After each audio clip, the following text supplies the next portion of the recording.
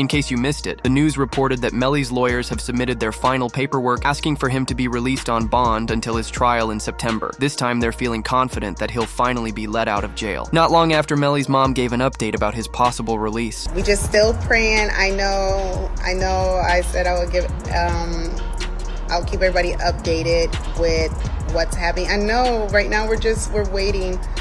So basically the judge is going to do, I guess, a written order. So we're just waiting, and that order can come any minute, or it could come tomorrow. I don't know. So we're just waiting. We're just waiting. So everybody just keep praying, keep having faith. Oh, Tessa, stop. I've been crying too. It's been a long time coming, you know. As Melly's lawyers submitted his new bond request, you tell me, do you think he deserves to be released? In the paperwork, his legal team offered an unnamed bond amount that his record label 300 Entertainment would cover if the bond is approved. They promised the judge that Melly would stay on house arrest, wear an ankle monitor, and have 24/7 private security watching over him. The offer sounded so solid that one rapper even said, "That boy Melly coming home. I feel it." They also shared evidence from Melly's mom, who claims he's not being treated like a human in jail, which would be illegal. When you saw Melly's statement, just saying how he's been hurt, how he's scared for his life, as a mother, how did that make you feel? It's heartbreaking. It made me feel completely helpless. Broward Sheriff's Office definitely needs to be investigated. I mean, they are making up their own rules. We've tried to go to court about this situation. The judge really doesn't have any jurisdiction when it comes to the jail, because we actually had a hearing about the mistreatment of him, and the jail they make their own rules. And I don't think that's fair, because I know that they need to answer to someone too. They also pointed out that law enforcement needs to be held accountable too. To back up their argument, they brought up evidence from the original trial showing that the feds were wrong about Melly committing the crime inside the Jeep GPS data. Actually shows Melly was running down the street and hiding in a bush not in the vehicle like they claimed. That would be the part where he's saying that someone just shot the car up and was trying to shoot him. So I asked him if he was okay, where he was, and he's like, there's a car coming behind him, like hiding. He was like, there's some, yeah, there's some, I think they're still out here or something. So I'm like, are you okay? He's like, I'm okay. I said, well, where are Sack and Juvie? And he said, I don't know if they're in the car. I think they're... To support the claim that it was really a drive-by shooting, the defense pointed out that during the original trial, it was confirmed no firearm was ever found. They argued that the shooter drove away with the weapon, which supports the idea of a drive-by. So Melly's team said, first thing is, I didn't even have a gun. So the first thing is I didn't have a firearm, so I can't know which firearm I'm going to use in order to replicate any of my tests. So I can't make tests for this determination because I don't know what was used. Okay. With Melly's release package looking strong, prosecutors grew concerned it might actually be approved. That worry led to a new development in the KCA. No communication order was filed. According to reports, this order completely separates Melly and Bortlen. They're not allowed to speak to each other at all, not even through their lawyers. The reason? Prosecutors still want both Melly and Bortlen to face trial together, and this silence order is part of their strategy to keep things under control before that happens. Issue here, and you can try them together. It is to the benefit of the state to try them together. It's just more efficient. You don't have to do things again and again.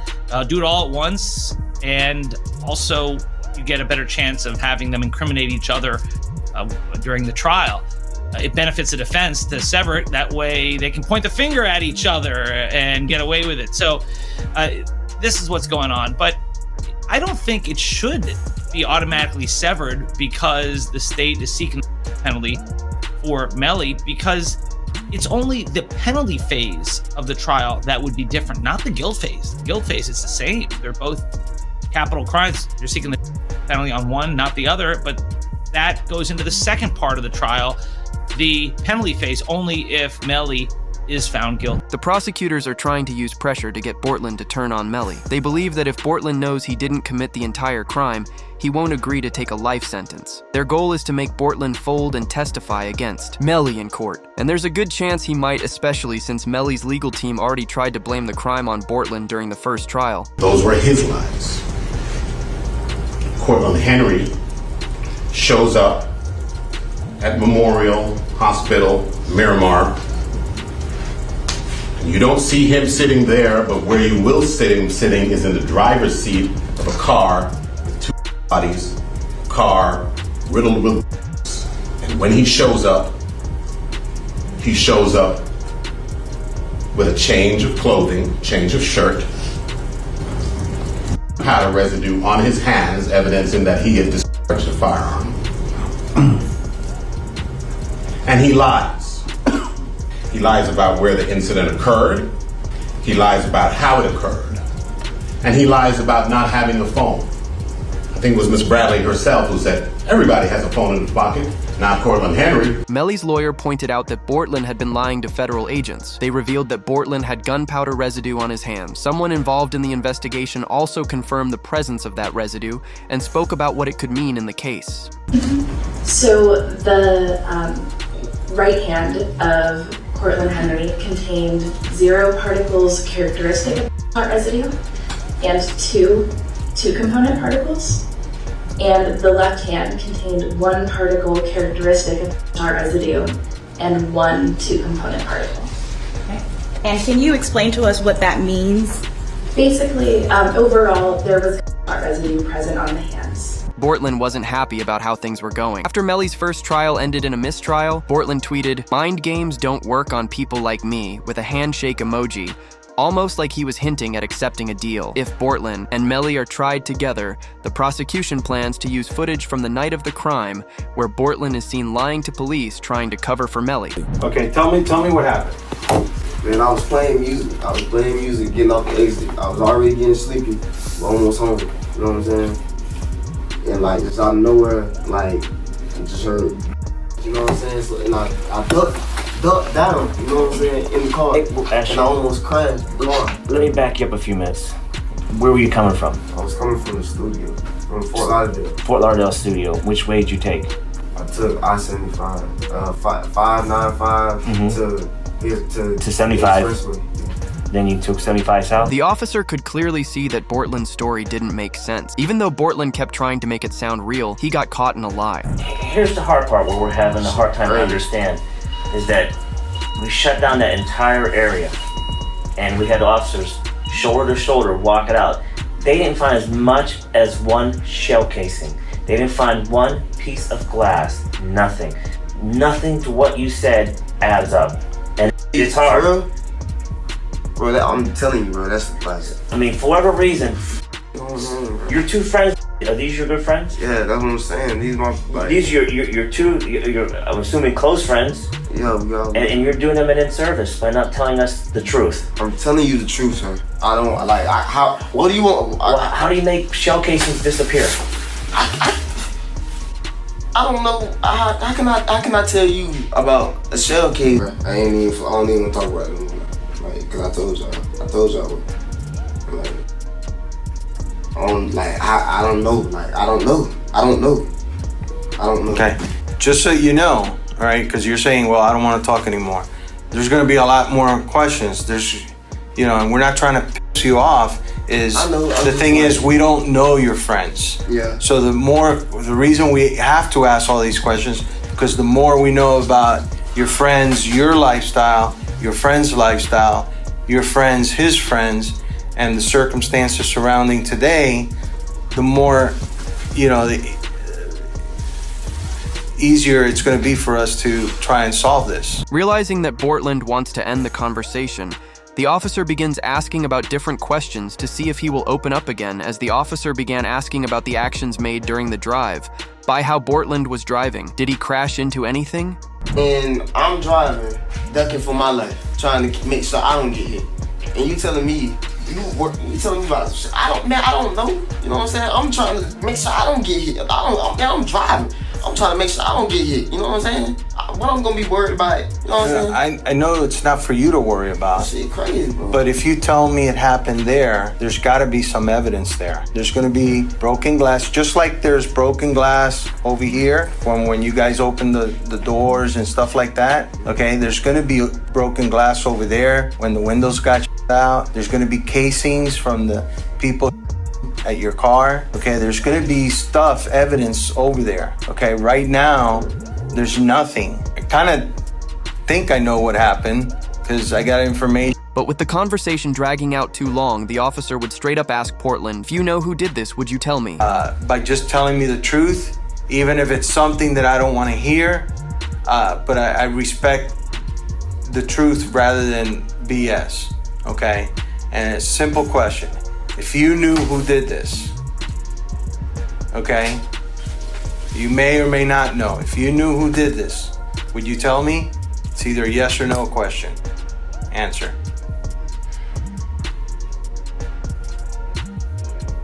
Honestly. Yeah, honestly. The truth. You wouldn't? Because I wouldn't want to be a part of it. I wouldn't want to be.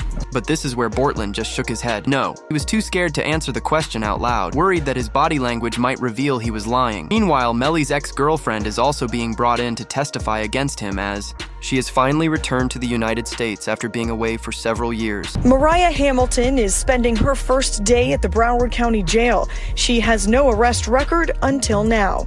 U.S. Border Patrol agents arrested her at Miami International Airport Monday after she arrived on an international flight. Court records show Hamilton was ordered to testify in Demon's first trial in 2023. The judge made a deal with Mariah. She agreed to testify against Melly. She would be allowed to go free. She quickly said yes and posted on Facebook, "Thank you to my village. I love y'all so much. God's plan, not mine." They also found troubling evidence in Mariah's iCloud showing that Melly tried to stop her from testifying, which is called witness tampering. This crime can lead to a life sentence in prison, no matter what happens with the other charges against Melly. The state filing 6 new charges against Demons and 2 others who were allegedly involved.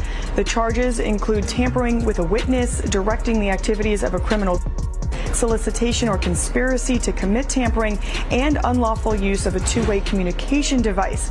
Now, a couple of those charges actually carry a life in prison sentence if there's a conviction. The witness tampering case is separate from the charges about Sack Chaser and Juvie's deaths. Because Melly tried to tamper with witnesses using jail phones, he hasn't been allowed to use the phones for almost a year. It got so bad that his mother, Jaime King, even did an interview to expose what's happening at the county jail. My son has not been convicted of anything. And even other inmates that have been convicted or anything, they have the right to use a telephone. They have a right to just to be allowed to write letters to their loved ones, to receive their mail. They hold his mail, they don't give it to him. If the evidence is true that Melly used jail phones to tamper with witnesses, that's why they stopped him from using them, they must have solid proof saved for the trial because they wouldn't take away his phone privileges just on a guess. Still, the judge was open to releasing Melly from jail and even invited him to court to talk about the details.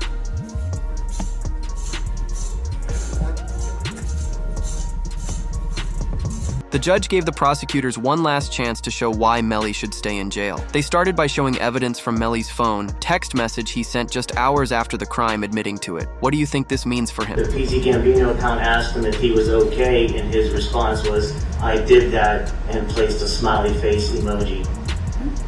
And the next message from 10/26/2018 at 16:02 from Eastern Standard Time. The YNW Melly count says what? After that, SHHHH. They also found a saved video on Melly's phone from someone's Facebook Live. It shows Melly and Bortland's reaction to the crime just 6 hours after it happened.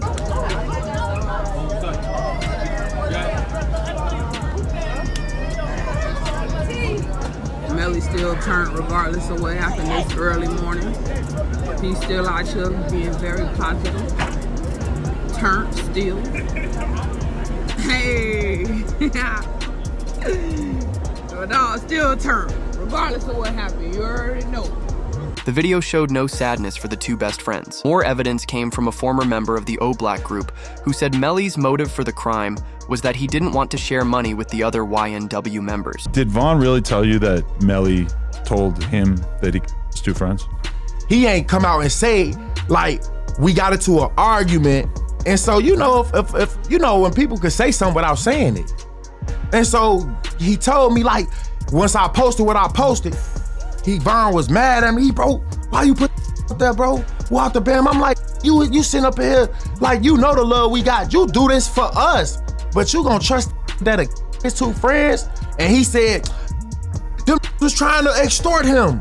And so I'm like, if they was trying to extort him, then why are you still around them? This was supposed to be a secret that Melly told King Von, but sadly Von shared it with Oblak members before he passed away. Since YNW is a registered business, Melly and Bortland did concerts, sold merchandise, and did promotions for companies to earn money. But Sack Chaser and Juvie wanted a share of the money even though they didn't do any work for it. At the same time, the money in the YNW bank account seems to be running low. So YNW Melly's mom has announced that she's gonna be starting to own.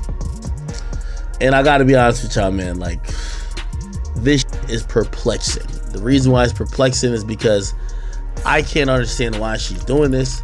Your son is fighting for his life.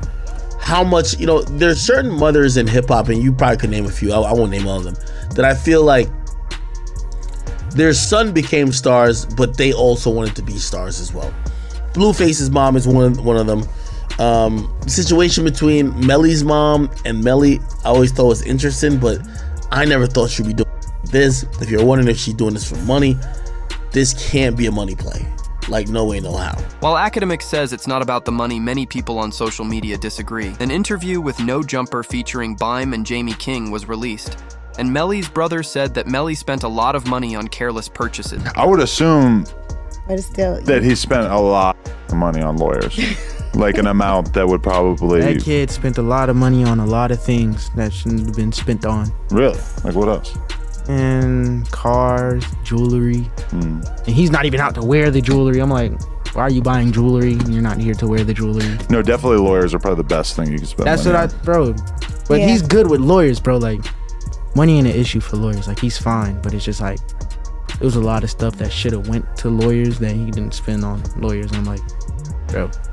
And now it's like, he don't even want to change no more. It's important to remember what Jamie King has been going through. Starting a fan account might be her way to cope and take her mind off Melly's trial. We all saw during the first trial that Melly had to ask her if she was okay several times.